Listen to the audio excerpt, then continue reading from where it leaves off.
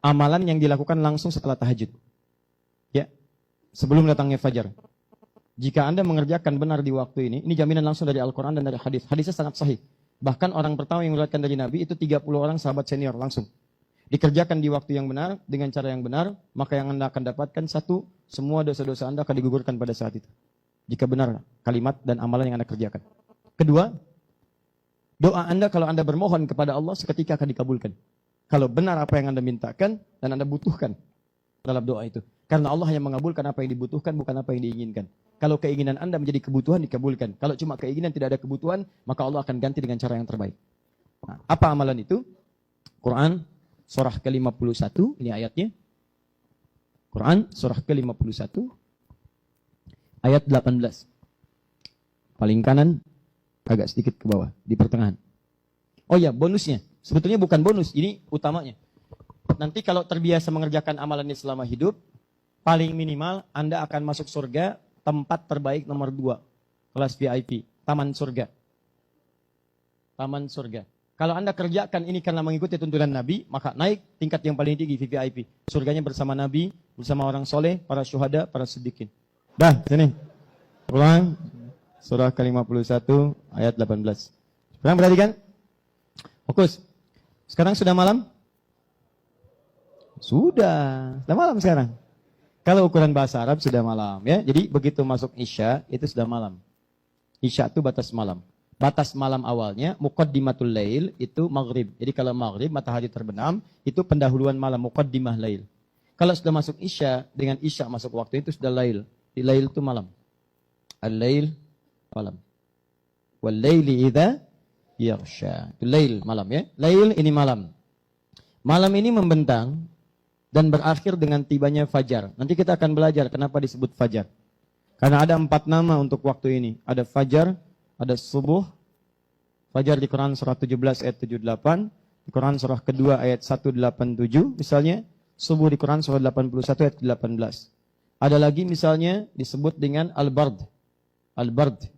Ya, di hadis riwayat Al-Bukhari nomor hadis 574.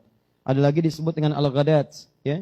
Al-Ghadat di hadis riwayat At-Tirmidzi nomor hadis 586. Ada 4 namanya. Nah, tapi yang saya ingin katakan, kalau lail itu membentang tiba waktu fajar, berarti selesai lailnya. Kalau sudah fajar tiba, adzan berkumandang Allahu Akbar, kan? Nah, sudah mulai muncul tuh garis merah, ya, yang bagian terakhir. Karena ada yang pertama, ada yang kedua. Yang pertama itu disebut dengan fajar kadzib, ya. Jadi ini pendahuluan mau datang fajar. Yang kedua, itu yang aslinya. Sekarang sudah ada jam, jadi tidak repot lagi melihat keluar. Nah, kemudian ketika ini tiba artinya malam sudah berakhir. Nah, jeda menjelang fajar, ada waktu singkat menjelang fajar. Kisaran 15 sampai kurang lebih 20 atau 30 menit. 15 sampai 30 menit. Ya. Nah, waktu ini namanya disebut dengan saharun, sin, ha, ra. Ini waktu-waktu yang sangat istimewa. Jarang orang ini memanfaatkan amalan ini. Saharun. Jamaknya disebut dengan asharun, ashar. Ya. Kalau disebutkan ashar berarti peluangnya bukan cuma 1. Kalau malam ini nggak dapat, besok dapat. Besok nggak dapat, besoknya lagi dapat. Di sepanjang kita masih punya kehidupan, punya peluang meraihnya. Makanya, waktu singkat menjelang fajar. Sekarang fajar jam berapa subuhnya? Ayo lihat sana, tuh lihat tuh. Ada kelihatan. Oh ya, subuh 4.18 ya, baik. Sekarang maghrib jam berapa? Lihat sini. Maghrib jam berapa? Baik ya. Penghuni surga Firdaus nggak tahu waktu sholat. Insya Allah tahu belakangan. Lihat sini. 4.18 fajarnya. 4.18. Nah. Kurangi 15. 4/3.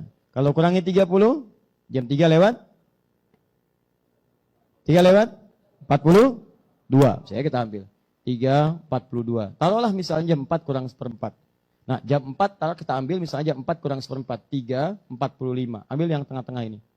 3.45 ini yang disebut dengan sahar. Jamaknya disebut dengan ashar. Artinya peluangnya nggak cuma 1 waktu, besok dapat lagi.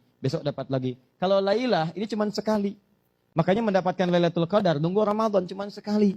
Jadi kalau Ramadan nggak dapat, Anda tunggu Ramadan tahun depan, itu pun kalau hidup. Makanya kalau tiba Ramadan, sungguh-sungguh dapat ini nih, karena belum tentu dapat tahun depannya lagi. Masih untung hidup sampai Ramadan. Masih untung. Barangkali Allah ingin berikan anugerah yang sangat indah dalam kehidupan.